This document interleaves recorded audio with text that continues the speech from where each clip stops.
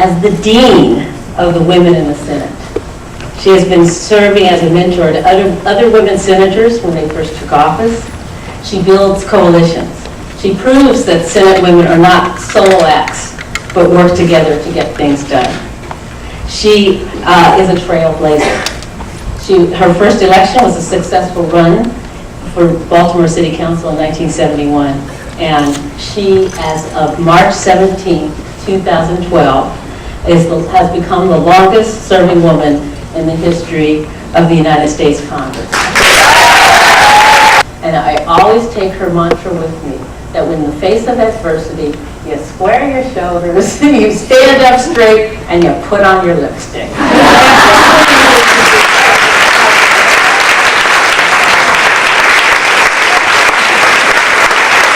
Good evening, everybody.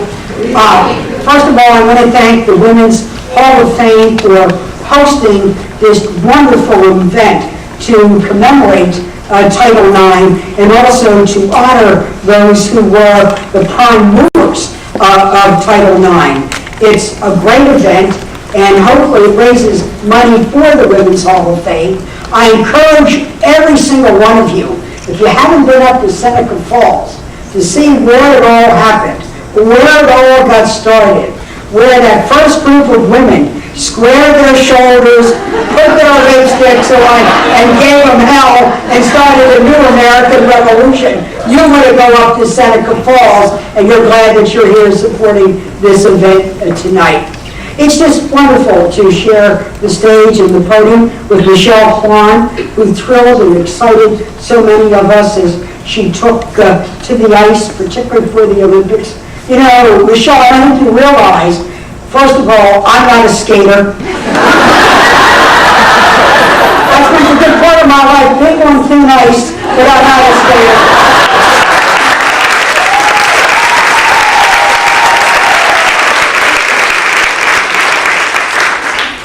Secretary Rice got her skates just about the time I won my first election. But Michelle, when you went out on that ice, and you took the hopes and dreams of yourself and all the work that you had put in to being a champion skater, you knew you were taking the hopes and dreams of your country, representing us there.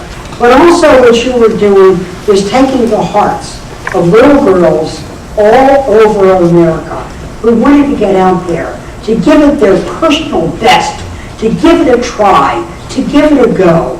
And we want to thank you for the inspirational leadership that you have provided so many.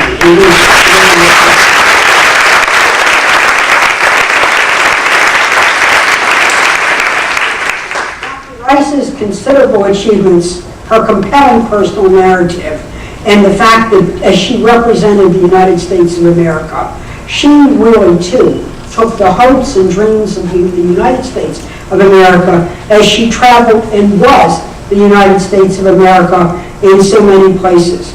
And as you hear tonight, as she speaks, she spoke not only for herself, and she also spoke not only for the United States of America, but she spoke for women who have no voice, who have no chance of speaking up, who, if they did speak up, would land in jail, land in prison, land behind a despicable situation. And Dr. Rice, we want to thank you for not only representing America, which you've done so ably and so well, but really being the voice for those who have none, and continuing to remind us we are our brothers and we are our sisters' keeper. Thank you.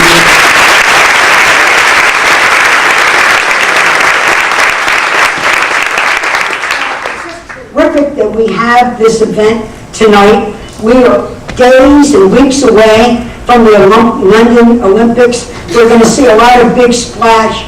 We're going to be cheering the teams on. And all of this, particularly as our Americans are at the opening ceremony, we're going to say, wasn't it always like this? Well, not quite. I remember 1972. 1972, we had no woman on the Supreme Court. We also had very few women on basketball courts. Many women still played, as women of my generation, half-court basketball. We were considered too dainty.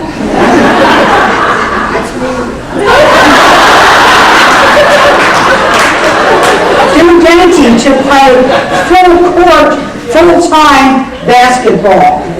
Also in 1972, women were not included in the National Institute of Health protocols or trials. And we're sure many of us were not included in the Olympic trials. We also thought that the battles had been won. It was 1972. Get a life, girlfriends. I mean, didn't we solve all of those civil rights issues in 1968? Didn't the Congress in 1968 pass the Equal Pay for Equal Work Act? Wow, we all know how that's worked out.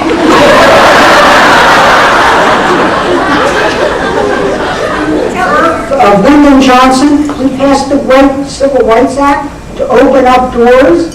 And then, of course, the profound and significant Voting Rights Act of 1968.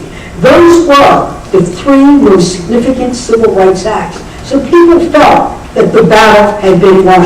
But we all know that first laws passed doesn't mean guaranteed opportunity. And then what we now know was that when a young woman named Bernie Sandler from my own home state of Maryland, then a doctoral student at the University of Maryland, was denied a faculty position at the school.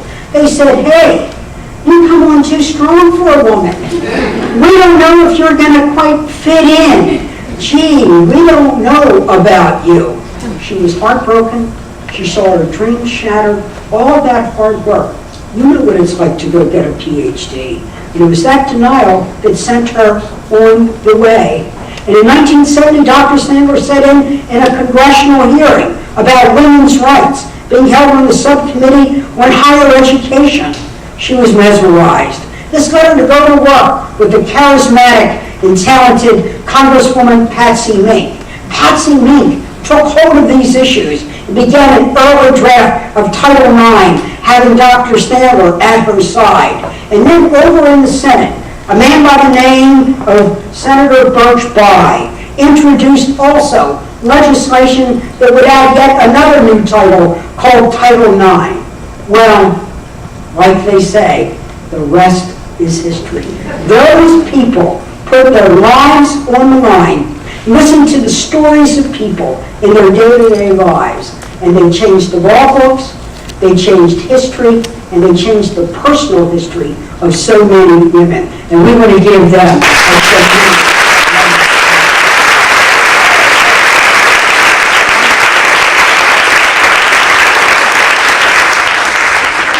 Talked about the legislation, and as she indicated, it was about sports, but it was also one of the most important legislations advancing opportunities for women and girls in the world of education. And first in sports alone, where some were able to play varsity, few were able to go on to college. There were very few varsity sports for girls. We were cheerleaders. We were meant to carry the buckets and the batons and go hoorah for the guys. But there was no bench, and in fact, we were expected to stay on the back bench. But after Title IX, we now know that the numbers and statistics have grown not only on the playing fields, but everywhere. Women who play sports get better grades. They graduate at higher rates. They often have less likely to have unwanted pregnancies. And they carry what they learn on those playing fields and are more confident and more self-esteem. Title IX has opened doors in all of these aspects. We now have a whole generation of women who not only have benefited from this law, but have broken through ceilings we never before imagined. So much has changed since 1972, when many of those girls walked on those playing fields, as those of us who worked in and walked on other fields, we are no longer seen as novelties. Often for those of us who were the first, we were viewed as the novelties. But now, what are we viewed as? We're viewed as scholars. We're viewed as physicians. We're viewed as scientists. We're viewed as champions in every field of endeavor. There are many here tonight, like Catherine Switzer, who ran the first marathon, and we were inducted in the Women's Hall of Fame. Our beloved Sandra Day O'Connor, the first woman on the Supreme Court. For me, I was the first Democratic woman ever elected in her own right.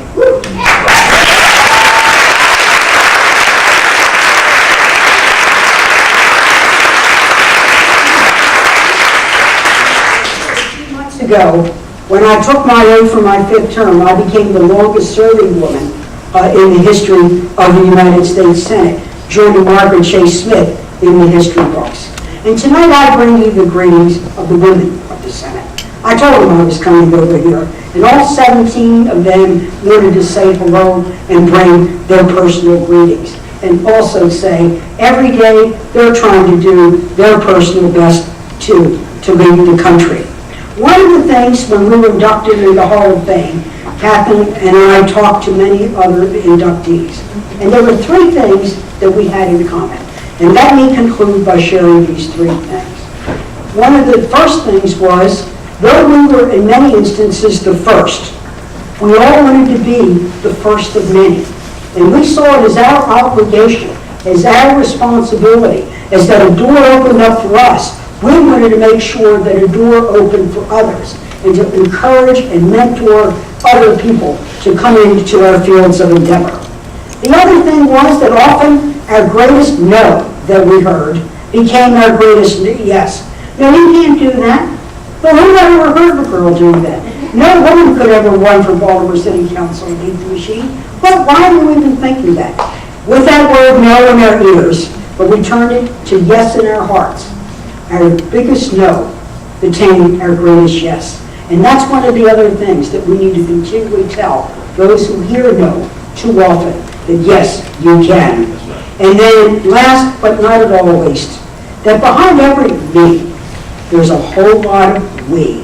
You never get to be a me without the we.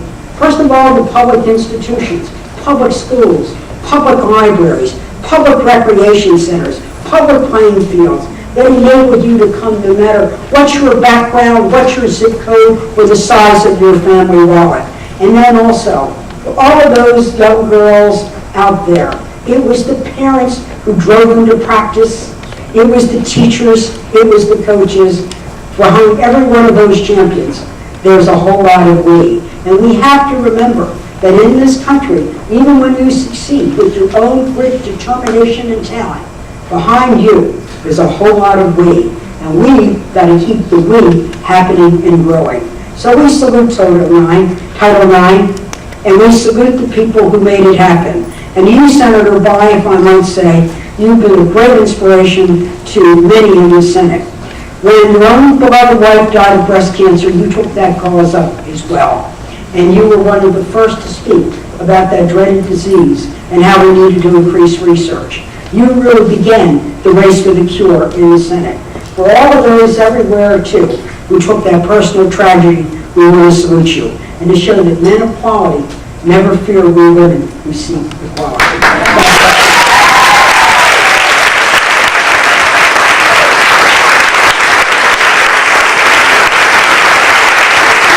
More important than the keynote speaker for tonight's celebration. I'm honored and nervous to introduce someone that I have looked up to for many years, Dr. Condoleezza Rice.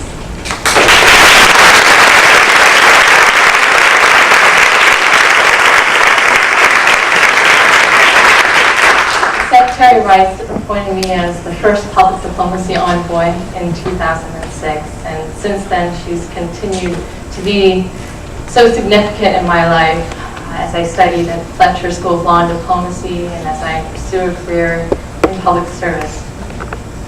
Among her many accomplishments and achievements, Dr. Rice served as the 66th Secretary of State for President George W. Bush, the second woman and first African-American woman to hold the post as Secretary of State. Prior to that, she served as National Security Advisor for President Bush, first woman to hold that position. Dr. Rice is currently a professor of political economy in the Graduate School of Business at Stanford University, the Thomas and Barbara Stevenson Senior Fellow on Public Policy at the Hoover Institution, and a professor of political science at Stanford. She's also a partner of Rice Hadley Gates. But on a personal note, I can tell you that Dr. Rice and I share two common hobbies, and two passions, figure skating and golf. We're both full ice skaters, and we're both current golfers. I might have an edge on the triple Lutz, but for short game, she has me way behind. And of course, we share an alma mater, University of Denver. Secretary Rice is someone who truly exemplifies the incredible achievements made by women, and since Title IX, and who has had a great impact on the history of our nation. Please help me welcome my friend and mentor, Dr. Condoleezza Rice.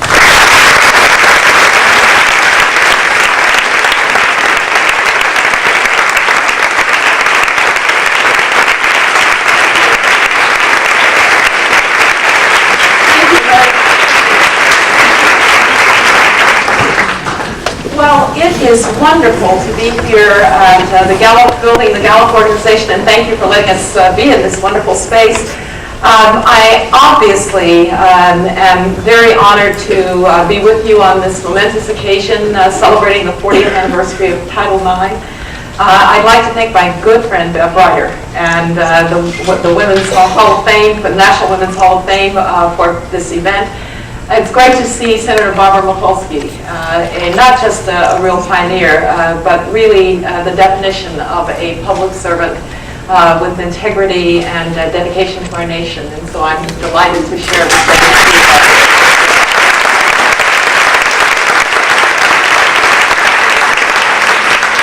To the inductees to the National Women's Hall of Fame, I am very gratified by the wonderful achievements that are being recognized here. And I couldn't have a nicer introduction than from Michelle Kwan, who I admire as a figure skater first and foremost. She said something about a triple Lutz. Let's just say I never got even close to a triple Lutz. In fact, I have to tell you a little funny story about Michelle and myself. We were at a dinner, and Michelle said, "So, how long has it been since you were on the ice?" Well, I didn't want to say a long time, so I said, "Well, Michelle, the problem is that somehow my skates didn't make it with me to Washington, D.C. when I moved." And she said, "Oh, so when did you get your skates?" And I was about to say 1974 and realized they were quite a bit older than Michelle. It was one of those moments. But Michelle not only served as a wonderful sports ambassador, public diplomacy ambassador for me when I was Secretary of State, continues to serve in those roles, but she also holds a master's degree in international politics from the Fletcher School of Law.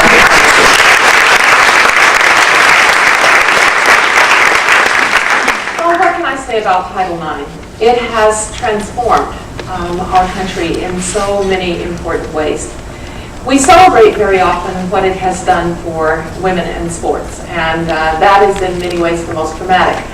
I can tell you that my own experience was a pre-Title IX experience. I finished college in 1974, and I will never forget joining the women's gym team after I stopped figure skating and having to have a bake sale so that we could go to the regional championships in Utah. Thank goodness those days are behind women's sports. And indeed, as I watch young women play together at the highest levels, to go to Final Fours, to play in the WNBA, to do things that were unthinkable when I was in college, we see the dramatic impact that Title IX has had in equalizing opportunities for women to play sports. It, of course, was not just about sports, Title IX. It was about equality in education. And we sometimes forget that when we think about what is done, but as Michelle started to talk about some statistics, do you realize that in 1970, only 8% of women had a college degree or higher? In 2009, that's 28%. In 1972, law and medicine, the year that I was a sophomore in college, law and medicine, only 7% of the degrees granted were to women. But in 2010, 47% to women. And so it's had a dramatic impact on the educational institutions and on women's education as well. But most importantly, it's had a dramatic impact on how women see themselves in the world, in the workplace, in our country. By playing sports, by being given opportunities that they richly deserve in educational institutions, you see the growing confidence of young women. I see it in the classroom. I saw it in the State Department. And that's really what's going to pay off. The sense that women belong any place they want to be. And that is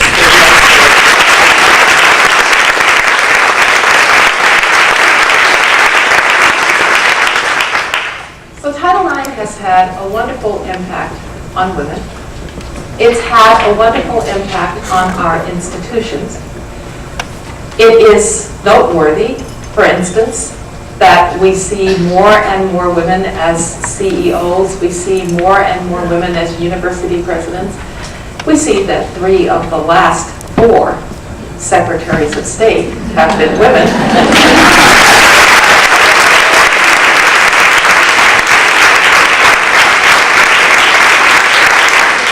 Indeed, when Hillary finishes her term, it will have been 16 years since we had a white male secretary of state.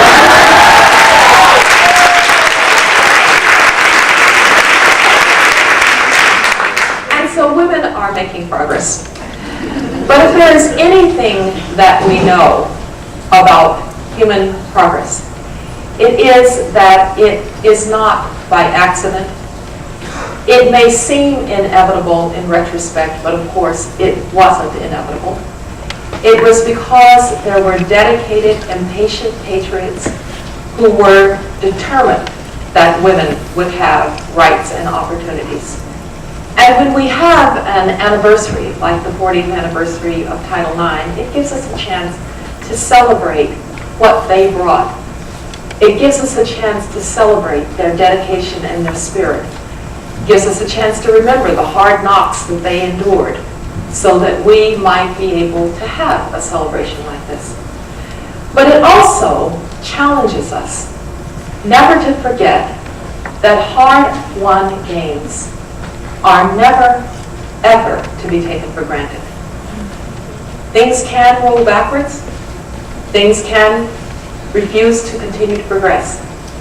And so at any anniversary, it is awfully important not just to look back, but to look forward and to say, what do we still have to do? And we still have a lot to do.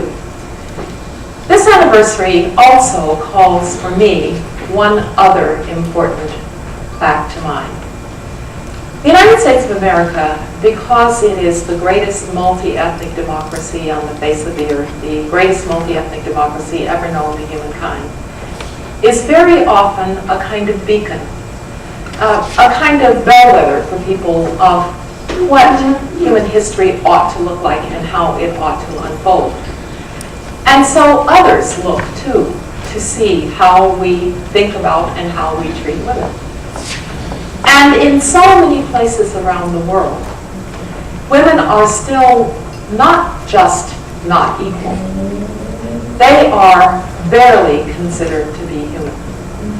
And so as we celebrate our great achievements under Title IX, as we look back to thank those who brought us here and look forward with a dedication to keep moving forward, I hope too that we will remember that there are corners of the world where something like Title IX hasn't even been conceived of yet. And we have an obligation to those women as well. You see, if there's one thing that I could do, one magic wand that I could wave, it would be to empower women. Because the empowerment of women is not just about the empowerment of women. If you want to do something about population explosion, empower women, and they won't have 10 kids and they won't have their first at 14. If you want to do something about human trafficking, empower women and they won't end up in the brothels of Southeast Asia or Eastern Europe, or for that matter, the United States. If you want to do something about poverty in a village, empower a woman with a little microloan, and she will employ a whole village. If you want to do something about the treatment of women in war, where very often rape is not a consequence of war, but actually a weapon of war. Empower women, and they will speak with loud voices to protect themselves in our great international bodies. If you want to have better societies, more just societies, more democratic societies, more prosperous societies, empower women. Because when women are treated badly in a society, it is a proxy for something else. Something else is wrong. It's a society that doesn't value human life. It's a society that is dangerous. And so the empowerment of women is a much more powerful tool than just what it does for women. And oh, by the way, if you empower women, you'll empower their sons as well.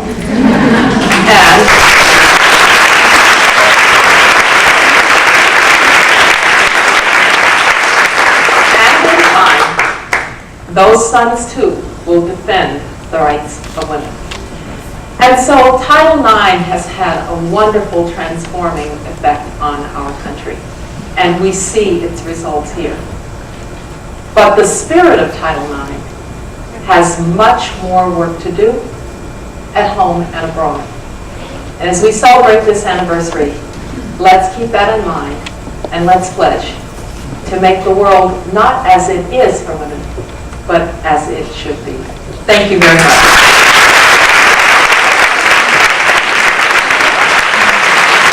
I'd like to thank the board members, staff, and volunteers who have kept the mission of the Hall alive by bringing to life the stories of groundbreaking women.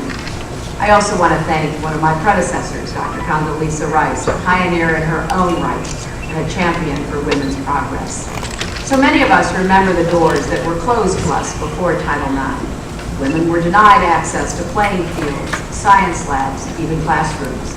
Now, because of the inspiring work of three people, Birch Bach, Bernice Sandler, and the late Patsy Lee, and countless women and men who have come since, women and girls are legally protected against discrimination in education and schools.